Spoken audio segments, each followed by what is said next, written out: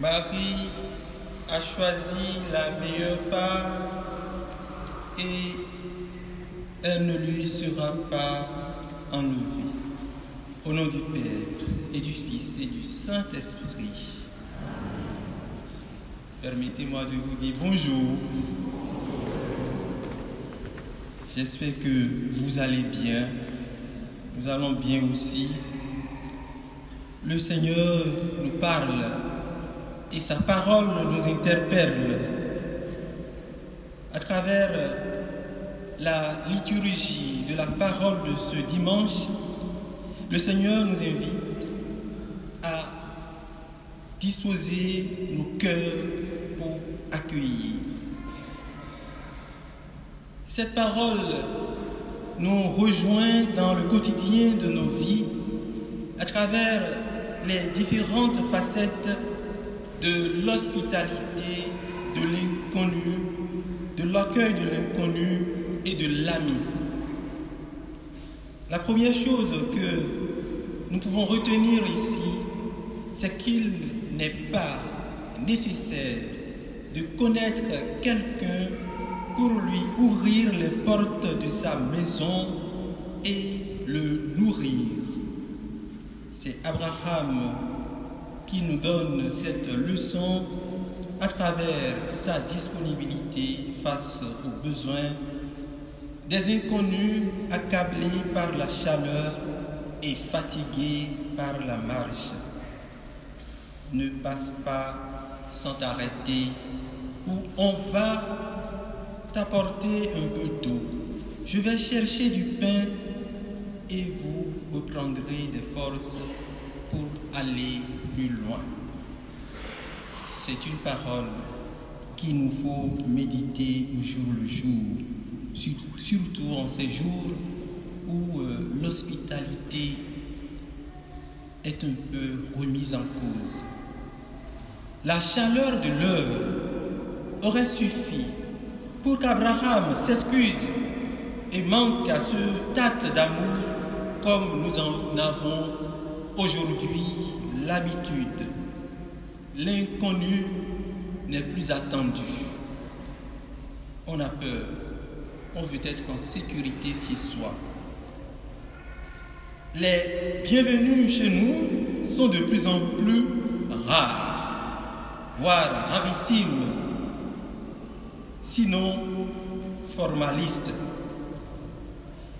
Avec enthousiasme, Abraham met à l'abri ces inconnus. Il les met à l'abri de la chaleur du jour pour leur communiquer la chaleur de son cœur. Et contre toute attente, la récompense liée à sa générosité ne s'est pas fait attendre. Sans s'en rendre compte, Abraham accueille en ces trois hommes Dieu qui lui annonce la naissance d'un fils avec Sarah, sa femme. En parlant de lui, je veux dire d'Abraham, l'auteur de la lettre aux Hébreux exhorte les fidèles du Christ en ces termes. N'oubliez pas l'hospitalité, car grâce à elle, certains, sans le savoir, ont accueilli des anges chez eux. Hébreux 13, verset 2. Nous ne sommes pas des anges. Et puis vous nous avez bien accueillis. Et nous vous en remercions. Oui, sans le savoir, il a accueilli Dieu en ouvrant ses portes à des hommes. Ainsi, voir dans l'autre Dieu qui vient à nous, deviner le besoin de l'autre qui vient à nous et savoir l'accueillir de façon désintéressée est une démarche d'amour qu'il nous faut absolument chercher, qu'il nous faut absolument acquérir et cultiver. Se sentir accueilli est tout aussi important pour l'inconnu que pour la personne qu'on connaît. Comment accueillons-nous aujourd'hui ceux qui viennent à nous? Comment les accueillons-nous? S'il y a des gens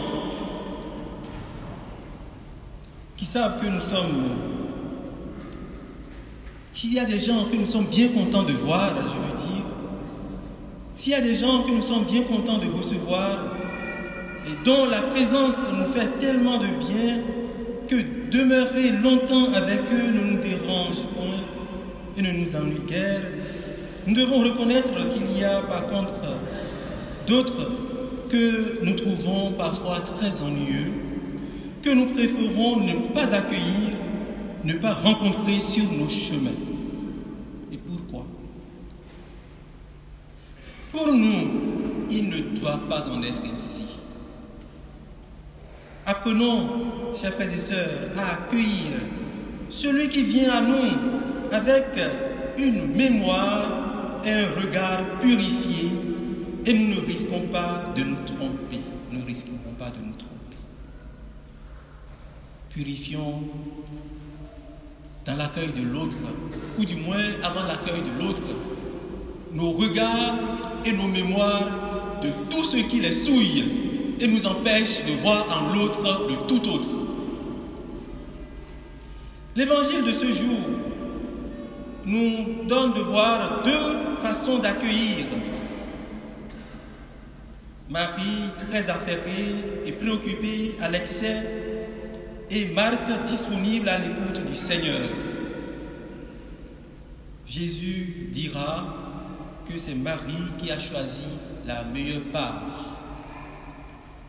Mais il ne nous a pas dit que Marthe a choisi la mauvaise part. Non, c'est aussi une façon d'accueillir. Mais il nous faut beaucoup plus être ouverts à l'autre que de chercher autrement à le satisfaire. Cela rejoint les deux façons de vivre sa vocation chrétienne, qu'il ne faut pas opposer, mais intégrer et coordonner. Vaquer à ses occupations quotidiennes ordinaires, sans oublier d'accorder une place de choix à la nourriture spirituelle que nous procure le Seigneur. Jésus nous demande notre disponibilité. Jésus nous demande de lui donner aussi du temps pour écouter sa parole et revivre son mystère d'amour pour nourrir notre foi et non de chercher simplement à le nourrir. On aura beaucoup à dire à travers ces paroles du Seigneur. Beaucoup à dire. Beaucoup de choses qui nous concernent dans notre vivre ensemble, dans notre communion ecclésiale. Pour le chrétien, l'hospitalité revêt un caractère sacré. Jésus fut un voyageur sans abri. Le Seigneur, tel ces trois voyageurs, frappent souvent à la porte de notre vie et de notre cœur sous des formes variées. Faire du Christ sa préférence, savoir établir une échelle de valeur. Jésus ne reproche pas autre chose à Marthe si ce n'est son inquiétude exagérée pour le matériel. Chercher et retrouver nos priorités dans notre rapport au Christ, dans notre rapport à l'autre. On ne peut pas recevoir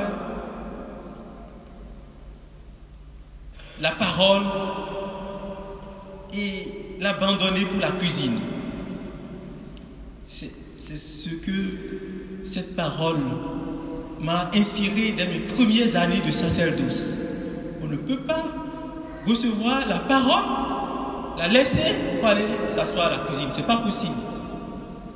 Il faut s'asseoir à côté de la parole pour l'écouter. Le Verbe ne s'est pas fait chair pour être d'abord célébré, mais écouter. Écouter, puis après célébrer. Et non se célébrer. Il n'y a aucun doute que la fécondité de notre vie chrétienne ne peut que grandir dans la qualité de l'accueil du Seigneur. Son accueil passe d'abord par l'accueil de sa parole. L'accueillir, si nous arrivons à accueillir vraiment cette parole, à en faire une vraie nourriture quotidienne, tellement de choses iront loin de nous, très loin de nous, s'enfuiront loin de nous. C'est ce à quoi nous devons penser, chers frères et sœurs en Christ. Oui, même si l'hospitalité tend à être remise en cause de nos jours, elle doit garder pour les chrétiens que nous sommes ce caractère sacré qui nous permet de toujours ouvrir au Seigneur, qui, tels ces voyageurs, ces trois voyageurs, ne cessent de frapper à nos portes, à la porte de notre vie, à la porte de notre cœur, sous encore des formes variées.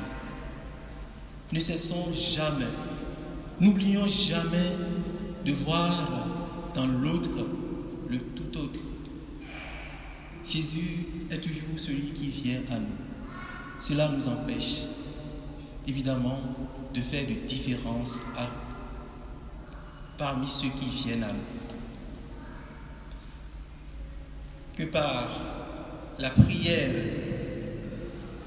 de cette Eucharistie, le Seigneur nous donne en abondance et en surabondance la grâce de l'accueil, de l'autre, la grâce de l'accueil dans l'autre, le tout autre. Amen.